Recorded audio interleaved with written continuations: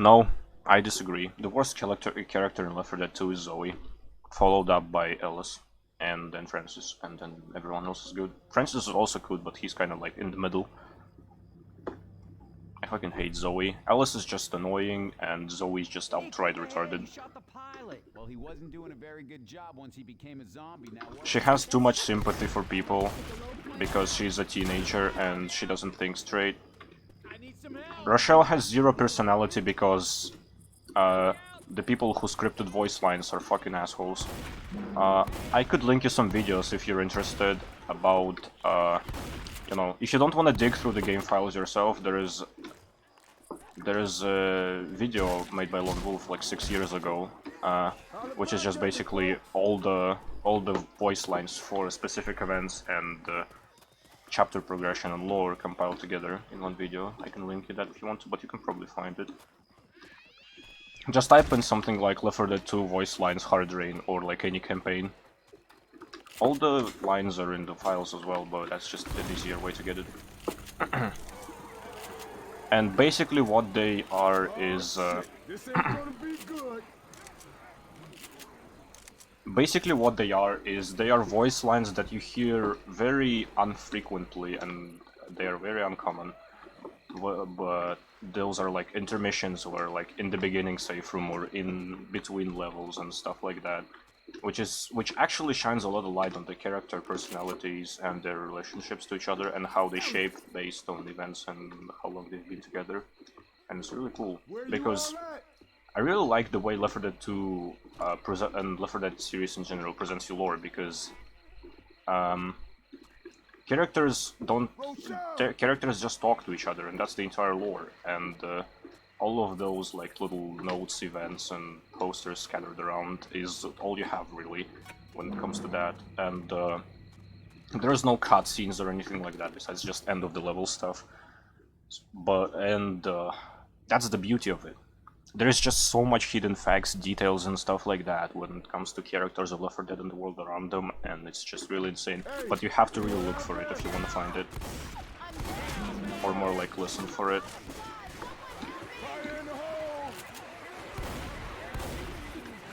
Yeah, comics are pretty cool. And the thing that made me like completely flip over the edge and start hating Zoe more than I ever had was the ending of Sacrifice and the following voice lines in the Sacrifice campaign. Zoe is just such a dumbass.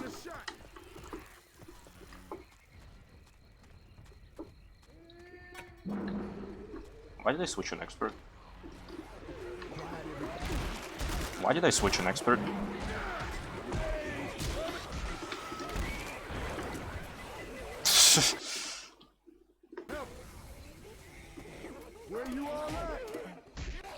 This is so sad.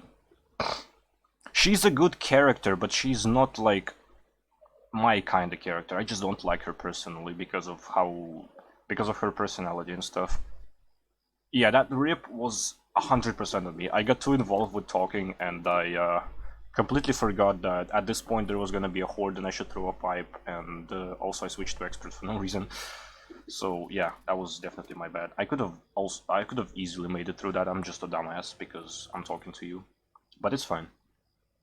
I'll get used to it over time. It's like I've been running for 4 days just, and it's not something. I don't really hate Ellis, it's just I really dislike him for his like childish behavior and approach to the situation, and like he basically does not basically is never he's never serious, and the problem with that is that he will never make for a good realistically, Ellis is like the worst teammate in the entire Left 4 Dead 2 roster because he's not selfish or anything like that. He's just so childish, and he never is acting seriously or anything like that. He's just kind of like the funny man, the clown, so to speak, which is kind of the role of Francis in the Left 4 Dead 1 roster, but not really, because Francis is just outright an idiot, but he is like a genuine idiot. So he's not like being an idiot because that's a part of his nature. He's being an idiot because he's genuinely misinformed, and he actually does care and stuff. But Ellis is like, hey, zombie apocalypse ain't all that bad. You remember that line, right? And that is just like, that is just his entire character described in like a nutshell. It's just that one voice line where it's basically he's just having fun when people are dying and stuff, and yeah, that's not a really good character in my opinion. Well, that's a good character, but that's not a good like person in that kind of situation.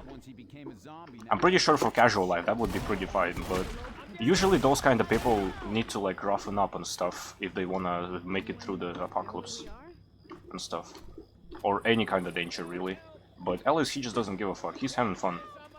It's like, he literally doesn't care if he dies or not. He just, yeah, or if anyone else dies or not. He's just having fun. And this is what I don't like. For this reason, I am more of a Nick, Coach, Bill kind of guy, where these are my favorite characters. Because, those three, they just look at the situation, they observe it, and they react accordingly. And they're very serious and very committed to actually, you know, surviving and stuff. But Nick is also more of a special... Oh my god, this is so sad. Nick is also more of a special case because he looks at things as he, like, sees them, without any sort of personal preferences and stuff. And... well, yeah, that's annoying. That's annoying, and it sometimes can lead to pretty terrible things. Well, he wasn't doing a very good job once he became a zombie, now was he? True. If you pay more attention to the voice lines throughout the campaign, it's, especially in the early ones, it's really easy to like see how he really like doesn't put his mind to some things he says or does sometimes, and it's more of like a, yeah. It's more of like later on in the game, he begins to actually like get serious and stuff. Also, the same can be said for Nick, but in a different way, where he... This is so sad. Nick, he starts off as like this man who lived alone his entire life and only relied on himself and never trusted anyone. And now he's stranded with 3 random people who he never knew and stuff. And his first idea is just...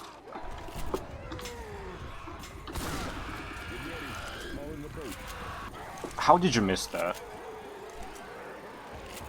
How did he miss that? Okay, I fucked up anyway, but yeah. Nick just wants to get out and get lost and basically live his own life as soon as possible, but later on, when he realizes he's kind of stuck with the 3 people he just met, he kind of starts to understand, adapt, and actually care.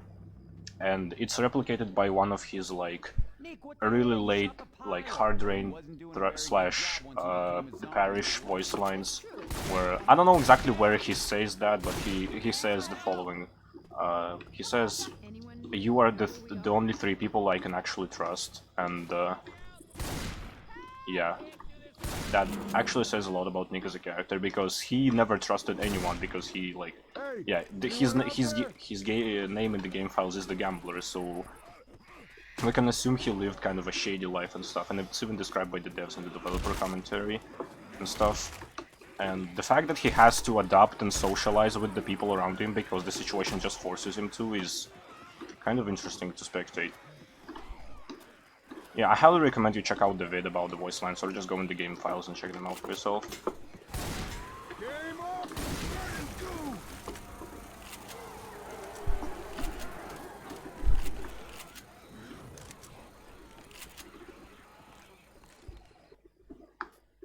Alice is also like a very more serious and capable iteration of Fang from Dead by Daylight, and this is where my most hatred for Fang comes from, aside from like voice lines. If you're still here, by the way. Oh yeah, you are. So if you remember Fang, she's she literally just doesn't give a fuck about the situation. Really? And this is a really big like downside and stuff, but she also has some other thing that's going against her in my eyes, so that was terrible. That start was just awful.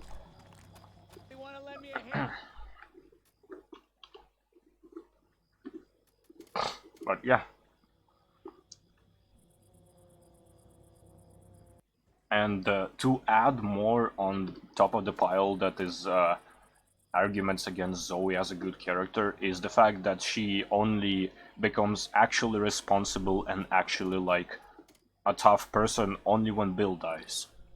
So this kind of says a lot about Zoe as a character, where literally someone close to her has to die for her to realize the whole seriousness of the situation and how it is supposed to go and how and why people are making that decision and not this decision and that kind of stuff. Like, that's just that. Yeah, I hate that. That's just childish. Even though I'm kind of 18 and you can easily say that, oh bro, you're a child yourself, you cannot talk about those things, and yeah, fuck you, child. Age is a number only, like, for people who, yeah, whatever. Like, age does not determine how smart or dumb or what your life views is and stuff. And it never will. Unless there will be an era in the human, like, timeline where literally humans can only get smarter, like, by growing up and not by gaining information. Because when people say right now that you get older and you get smarter, that's objectively true, but actually not really, because you get smarter the more information you gather and the more experience you build up. Not the older you get. It just so happens that you get experience and information with age, so they kind of refer to one another. But objectively, the older smarter is not true, because someone can be old and really dumb, and someone can be young and really smart. So yeah, a little bit of a logic talk if you're into that.